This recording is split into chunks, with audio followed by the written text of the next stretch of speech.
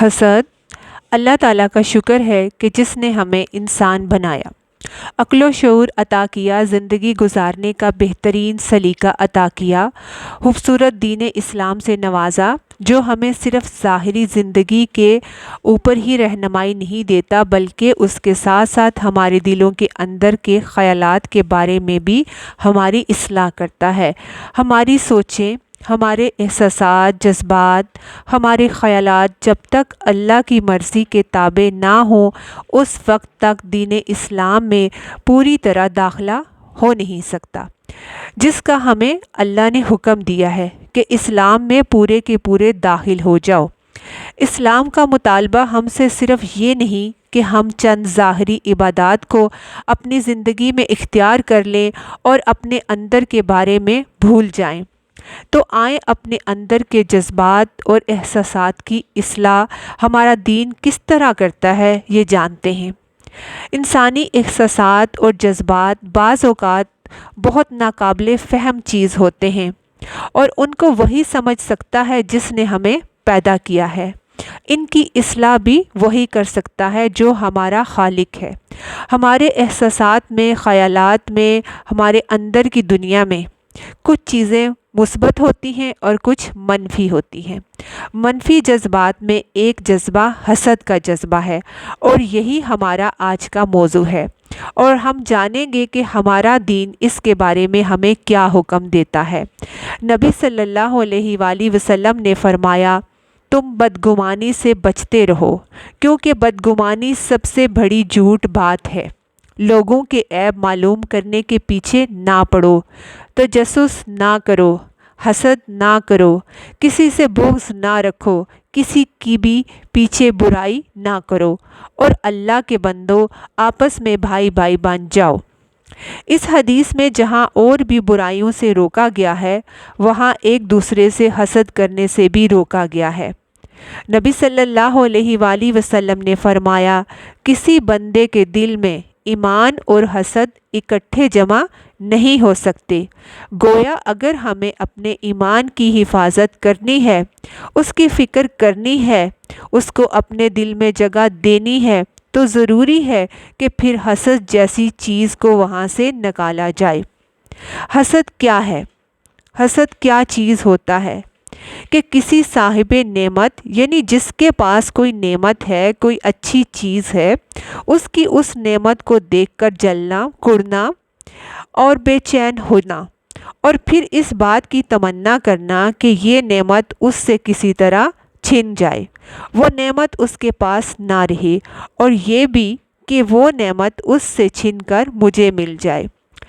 اب دیکھیں، نعمت جو ہے وہ نعمتیں اللہ بندوں میں تقسیم کرتا ہے، رزق بھی اللہ تقسیم کرتا ہے، صلاحیتیں وہ دیتا ہے، شکل و صورت اللہ بناتا ہے۔ کسی انسان کو یہ حق نہیں پہنچتا کہ وہ اللہ کی تقسیم پر ناراض ہو۔ اب ایسا کرنا اللہ تعالیٰ کو سخت ناپسند ہے اور بندے کے حق میں سخت نقصان دہ ہے۔ اس لیے نبی صلی اللہ علیہ وآلہ وسلم نے ان لوگوں کو بھلائی پر بتایا جو اس سے، حسد سے خود کو بچا کر رکھتے ہیں۔ نبی صلی اللہ علیہ وآلہ وسلم نے فرمایا، لوگ اس وقت تک بھلائی پر رہیں گے جب تک کہ ایک دوسرے سے حسد نہ کریں گے۔ گویا حسد کا جذبہ آتے ہی انسان کے اندر سے خیر نکلنے لگتی ہے اور معاشرے کے اندر خیر و بھلائی جو ہے اس کا فقدان ہونے لگتا ہے۔ اس لیے حاسد اللہ تعالیٰ کی نعمتوں کی تقسیم پر راضی نہیں ہوتا ہے۔ اس لیے یہ بات بے حد ضروری ہے کہ ہم اپنے اندر اس منفی جذبے کا جائزہ لیں کہ کہیں کسی شکل میں ہمارے اندر تو یہ موجود نہیں۔ نبی صلی اللہ علیہ وآلہ وسلم نے فرمایا، لوگو حسد سے بچو کیونکہ حسد نیکیوں کو اس طرح کھا جاتا ہے جس طرح آگ سوکھی لکڑیوں کو کھا جاتی ہے۔ گویا یہ ہمارے لیے یہ چیز سخت نقصان دہ ہے کیونکہ یہ نیکی جیسی سب سے قیمتی چیز کو ختم کر دیتی ہے۔ دیکھیں، نیکی کرنا کوئی آسان نہیں ہوتا، یہ ایک مشکل کام ہوتا ہے۔ کتنے ایسے کام ہیں جو نیکی کے ہم مشکل سے کتنی محنت سے کرتے ہیں، لیکن اگر نیکی کرنے کے بعد ساتھ ساتھ حسد بھی کر رہے ہیں تو اپنے دشمن ہم خود بن جاتے ہیں۔ حاسد اصل میں خود کو نقصان دیتا ہے، حالانکہ وہ دوسروں کا برا کرنا چاہ رہا ہوتا ہے۔ نبی صلی اللہ علیہ وآلہ وسلم نے اپنی امت کو خبردار کیا تھا کہ کہیں ایسا نہ ہو کہ تمہارے اندر بھی یہ خرابیاں آنے لگیں۔ آپ صلی اللہ علیہ وآلہ وسلم نے فرمایا، تمہاری طرف پچھلی قوموں کی بیماریاں حسد اور بغض سرایت کر آئیں گی، جو مونڈ ڈالیں گی۔ یہ بالوں کو نہیں، دین کو مونڈ دینے والی ہیں، یعنی انسان کے اندر پایا جانے والا حسد اور بغض جو ہے اس کے دین کا صفایا کر دیتا ہے، یعنی نیکیوں کا بھی صفایا اور دین کا بھی صفایا ہو جاتا ہے۔ تو یاد رکھیں کہ یہ کتنی ہلاکت خیز چیز ہے جس کی موجودگی میں دین کا تصور نہیں، ایمان کا تصور نہیں، نیکی باقی نہیں رہتی۔ نبی صلی اللہ علیہ وآلہ وسلم نے فرمایا، حسد کرنے والا، چغلی کرنے والا اور خیانت کرنے والا مجھ سے نہیں۔ گویا ایسے شخص سے آپ بری الذمہ ہوتے ہیں، اسے قبول نہیں فرماتے۔ اسی طرح ان لوگوں کے اعمال قبول نہیں ہوتے جو دلوں میں حسرت رکھتے ہیں۔ آپ صلی اللہ علیہ وآلہ وسلم نے فرمایا، ہر پیر اور جمعرات کو انسانوں کے اعمال اللہ کے سامنے پیش کیے جاتے ہیں۔ اللہ تعالیٰ اس دن میں مشرکین کے سوا سب کی بخشش فرماتے ہیں اور ان دو آدمیوں کا معاملہ چھوڑ دیا جاتا ہے جن کے باہم کینہ حسد کے جذبات ہوں، ان کی مغفرت نہیں ہوتی۔ اب یہ سوال پیدا ہوتا ہے کہ جو چیز اس قدر نقصان دہ ہے دینی اعتبار سے، وہ دنیاوی اعتبار سے بھی انسان کے لیے بہت نقصان دہ ہے۔ ہم دیکھتے ہیں کہ حسد کرنے والا جو ہے وہ اپنے آپ کو نقصان دیتا ہے، کیونکہ وہ جلتا رہتا ہے، کڑتا ہے، غم اور غصے کا شکار ہوتا ہے۔ دوسرے انسانوں کے ساتھ کیا ہوتا ہے، پھر وہ صحیح معاملہ نہیں کر پاتا، تو جواباً اس کو بھی دوسروں سے خیر نہیں ملتی، کیونکہ اگر آپ بد اخلاق ہیں تو کیسے ہو سکتا ہے کہ دوسرے لوگ آپ کے ساتھ ہمیشہ خوش اخلاقی سے ملیں اور آپ کو وہ ہمیشہ اچھا جو ہے وہ کریں اور آپ کو برداشت کریں۔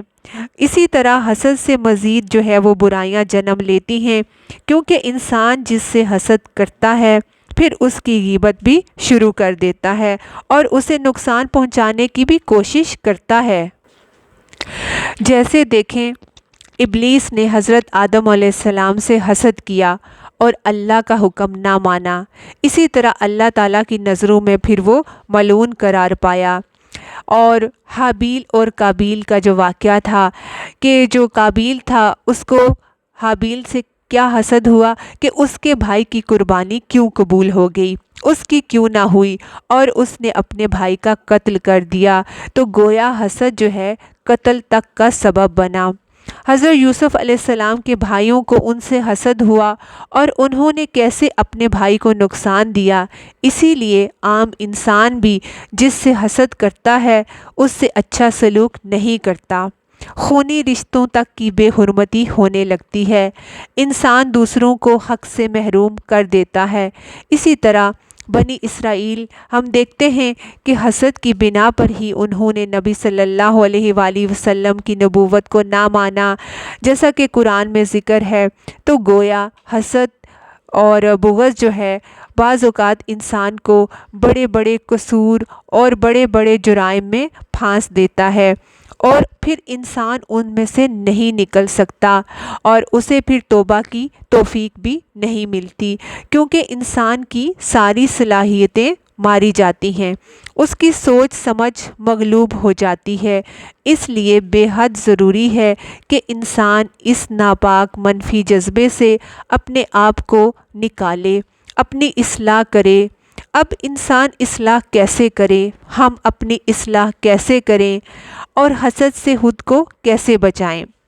تو سب سے پہلے ہمیں یہ علم ہونا چاہیے کہ یہ چیز خود ہمارے لیے کتنی نقصان دہ ہے، ہماری جو ہے وہ دین دنیا اور آخرت کے لیے یہ کتنی نقصان دہ ہے۔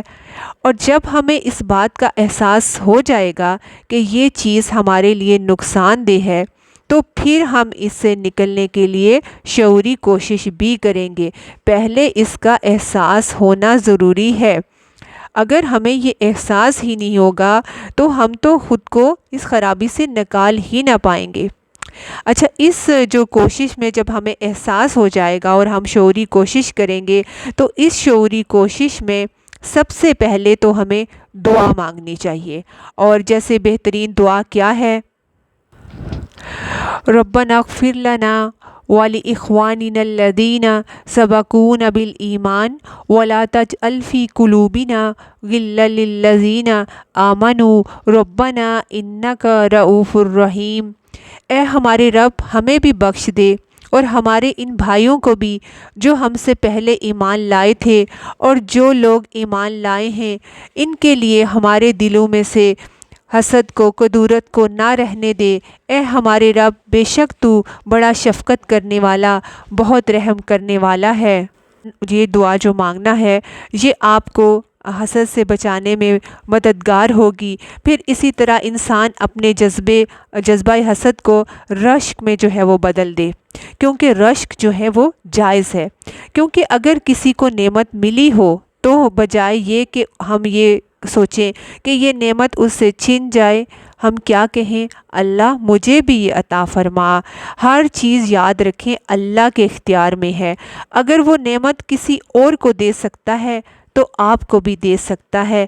اس لیے مایوس ہونے کی بجائے، حسد کرنے کی بجائے انسان اپنے لیے خیر و بھلائی کی دعا کرے۔ اس میں بھی ایک بہترین دعا ہے اپنے لیے مانگنے کے لیے، اللہم انی اسألک من فضلک العظیم، کہ اے اللہ میں تیرے بڑے فضل کا سوال کرتا ہوں۔ پچھلی دعا جو تھی وہ حسد سے بچنے کے لیے ہے، اور یہ دعا اپنے لیے اللہ سے فضل مانگنے کے لیے ہے۔ ہم میں سے ہر شخص اپنا جائزہ اس کو لینا چاہیے کہ، اور ضرورت ہے کہ اپنا محاسبہ کیا جائے، کیونکہ کیا ہوتا ہے، شیطان ہمیں ہماری غلطیاں خوشنما بنا کر دکھاتا ہے۔ ہمیں اپنے اندر کی خامیاں، کوتاہیاں نظر نہیں آتی، اور ہم خود کو ہمیشہ کیا سمجھتے ہیں؟ درست، حق پر سمجھتے ہیں، اور ہم خود کو دوسروں سے برتر سمجھنا اور خود کو پھر ہر نعمت کا زیادہ اہل سمجھتے ہیں، اور اللہ کی تقسیم پر پھر کیا ہوتا ہے؟ ناشکری کرتے ہیں، اور حسد جیسی برائی میں مبتلا ہو جاتے ہیں، اور اس گناہ میں پڑ کر اپنی ساری نیکیاں ہم ضائع کر دیتے ہیں اور جنت کو گنوا دیتے ہیں۔ اللہ تعالیٰ سے دعا ہے اللہ ہمیں ان لوگوں میں شامل کرے جنہیں ظاہری اعمال کے ساتھ ساتھ اپنے باطن کی اصلاح کی فکر ہوتی ہے اور اس طرف بھی توجہ ہوتی ہے۔ تو اس طرح سے پھر کیا ہوگا؟ اس سے معاشرے میں خوشحالی اور تعلقات کی باہم عمدگی ہوگی۔ یاد رکھیں، حاسد انسان ایک غیر مطمئن زندگی گزارنے والا انسان ہے، وہ اللہ کا ناشکرا ہوتا ہے۔ سورۃ النساء میں آتا ہے، مت تمنا کیا کرو ان چیزوں کی جو بعض کو بعض پر اللہ نے فضیلت دے رکھی ہے، تو جس کو بھی اللہ نے صورت میں، مال میں، مرتبے میں فضیلت دی ہے اس پر حسد نہ کریں۔ یاد رکھیں، اگر ہم دنیا جو ہے اللہ کی مرضی کی مطابق گزاریں گے تو آخرت پھر ہمیں ہماری مرضی کی ملے گی، اور اگر ہم نے دنیا اپنی مرضی کی گزاری تو آخرت پھر اللہ کی مرضی کی ہوگی، اور وہ نافرمانوں کو اوندا منہ جہنم میں گرانا ہے۔ اپنے اندر سے ہمیں حسد کو نکالنا ہے، اللہ کی نعمتوں پر شکر گزار ہونا ہے۔ انشاءاللہ۔ السلام علیکم ورحمۃ اللہ وبرکاتہ۔